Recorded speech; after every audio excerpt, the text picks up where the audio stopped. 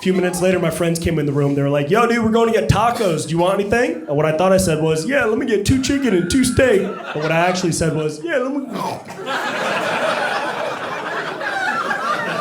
Turned into the roach guy from Men in Black, dude.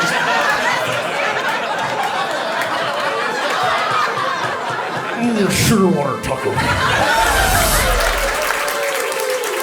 Ladies and gentlemen, give it up for Brent Pella, y'all.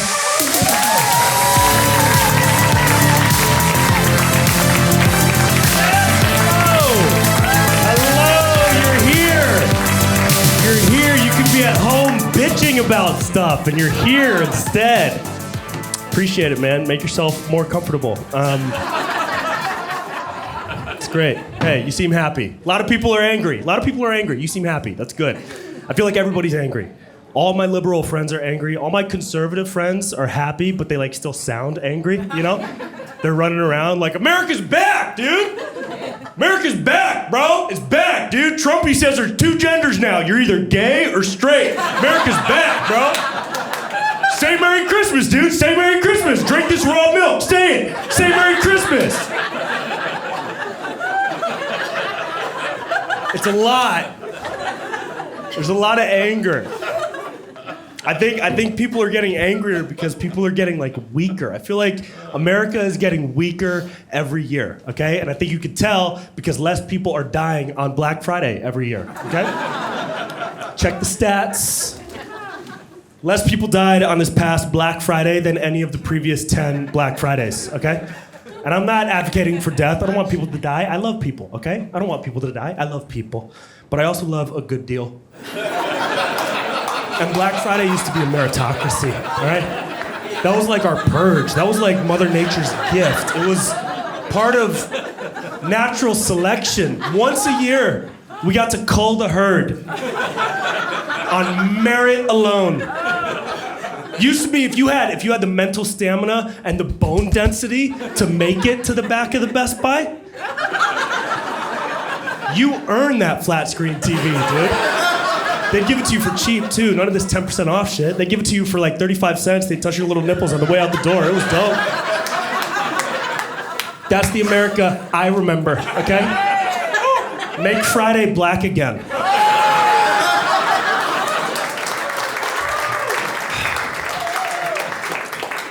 I'll tell you about me. I grew up with a single mom. She was kind of a hippie mom. She brought me to a bunch of Deadhead shows when I was a baby.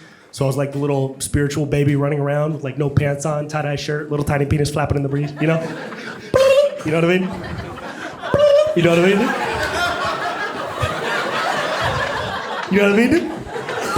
Get your fucking foot off the stage. Hey, look me in the eyes! That was me as a youth. She didn't really raise me with religion. She raised me to speak my questions to the universe, you know? It's pretty intimidating to be age 8 and look up at the sky like, what's a period? It's a tough place to be. I remember having an existential crisis at age 10, looking up at the stars at night and thinking to myself, oh man, I wonder if there's another little boy out there on a planet circling one of those stars, looking at my star, thinking to himself, oh man, I wonder if there's another little boy out there on a planet circling one of those stars, looking at my star, thinking to himself, oh man, I wonder if there's another little boy out there on a planet circling one of those stars, looking at my star, thinking to himself, is this what drugs are like? I was high, naturally, from a very young age. I grew up without religion, so it put me in a couple of strange situations in my life. Most recently, something happened. I don't know if this has ever happened to you, but it showed my ignorance toward religious knowledge, okay? You tell me if this has ever happened in your life. Have you ever seen a nun driving a car? You ever seen that? Outside of a horror movie? You ever seen that?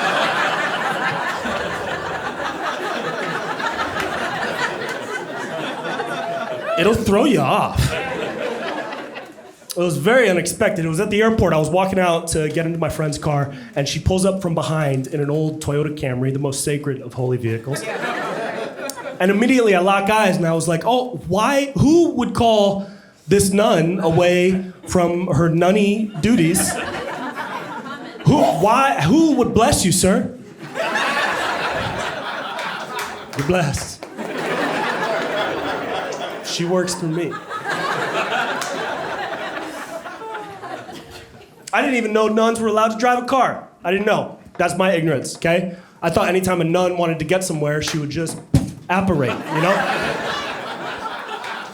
And I'm at the airport wondering who in the world would call this nun to pick them up. And then I go, oh, he's returned. And I looked up, we were at the Spirit Terminal, and it all made sense.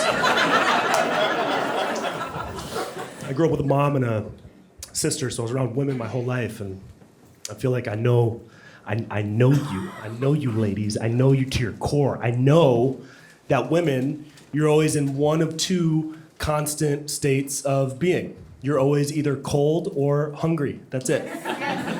Ma'am, are you cold or are you hungry? Neither. Oh, that's the third one. I'm sorry. Women are always either cold, hungry, or lying at all times. I get you. I understand you. You know, I think America, let's talk about America.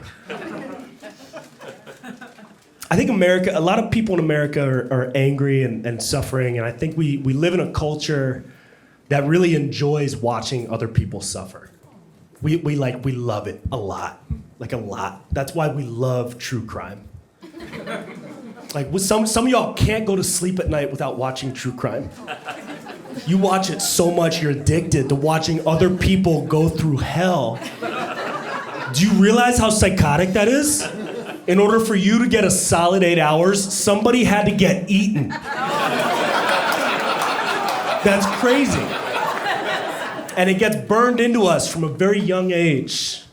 This joy at watching somebody else's suffering. It gets burned into us with the game Hangman. When we were kids, do you remember playing Hangman? First degree murder in 2 dimensions. That skinny little man never did anything to you. And now he has to die because you forgot that Y is sometimes a vowel. It's messed up. But our need for other people's suffering, it keeps going and keeps growing. When we're older, we start watching shows like Naked and Afraid. You ever seen Naked and Afraid? It's about people who get dropped off in the wilderness and they're naked and super scared. But it wasn't enough. So they made a spin-off called Naked, Afraid, and Alone. Okay?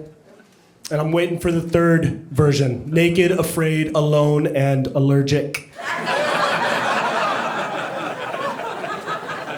Where they drop you off in the middle of the Canadian wilderness with nothing but a bucket of raw shrimp. And you have to find the EpiPen buried beneath the lake bed.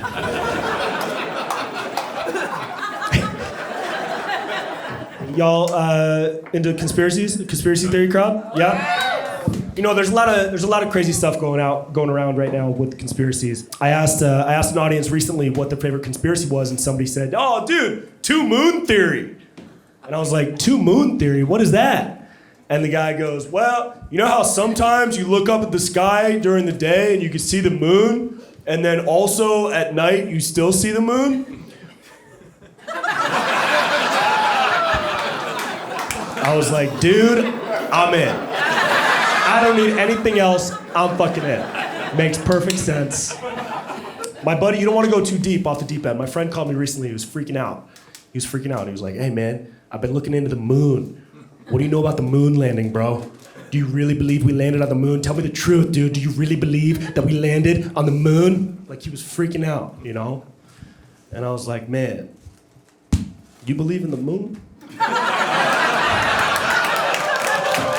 We're clearly from 2 different sides of the flat earth, okay? I'm a top, you're a bottom, all right? That's a gay joke, come on, inclusive.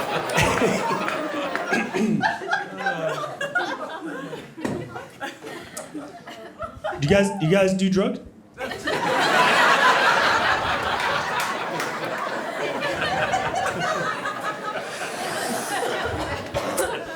I don't know if you could tell, but I'm a pretty spiritual guy. As you can see by my beaded bracelet. This is the universal symbol for I call my drugs medicine, and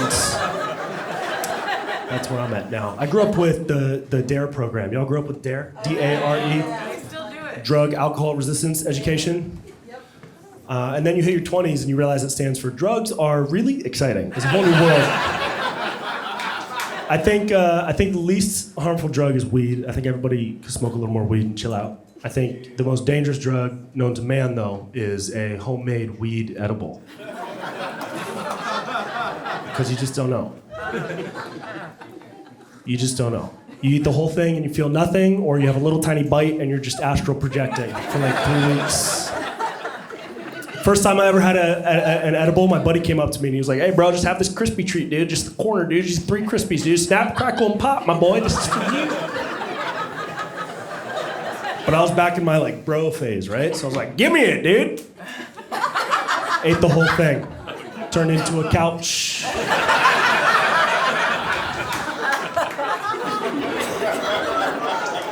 Started watching my chest move up and down to make sure I was still breathing. A few minutes later, my friends came in the room. They were like, "Yo, dude, we're going to get tacos. Do you want anything?" And what I thought I said was, "Yeah, let me get 2 chicken and 2 steak." But what I actually said was, "Yeah, let me..." Turned into the roach guy from Men in Black, dude.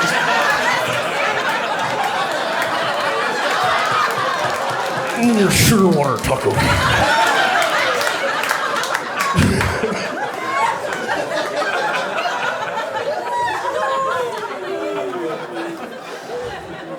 You gotta be careful.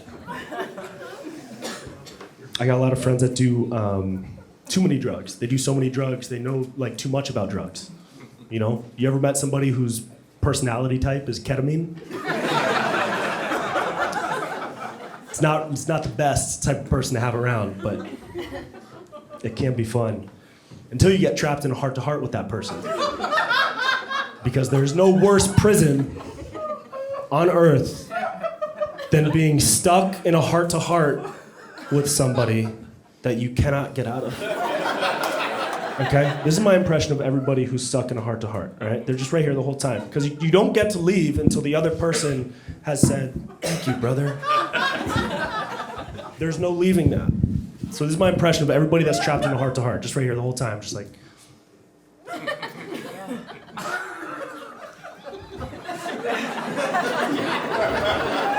No way.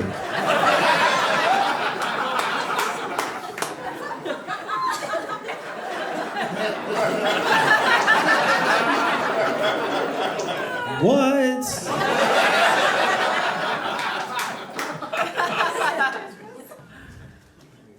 That's crazy. If somebody says that's crazy, you lost them 20 minutes ago.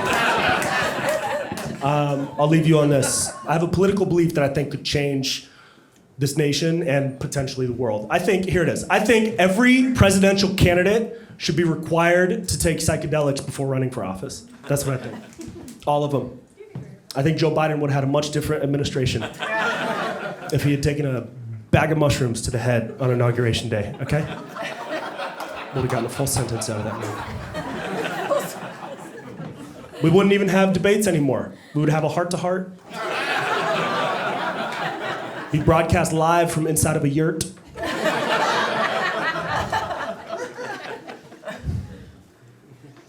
And Trump, I think my prescription for Donald Trump would be a couple hits of Molly. Just a few, just like 4 or 19, just a couple. Just open his heart up a little bit. You know, he's got something to process. We'll process with you, Donnie, come on. Can you imagine Donald Trump on a couple hits of Molly? Just send him down to the US-Mexico border, he'd show up with no pants on, like... Let him in! Let him in, Jose, Miguel, Francisco, let him in! I fucking love Mexicans, let him in! Hunter, this is good shit!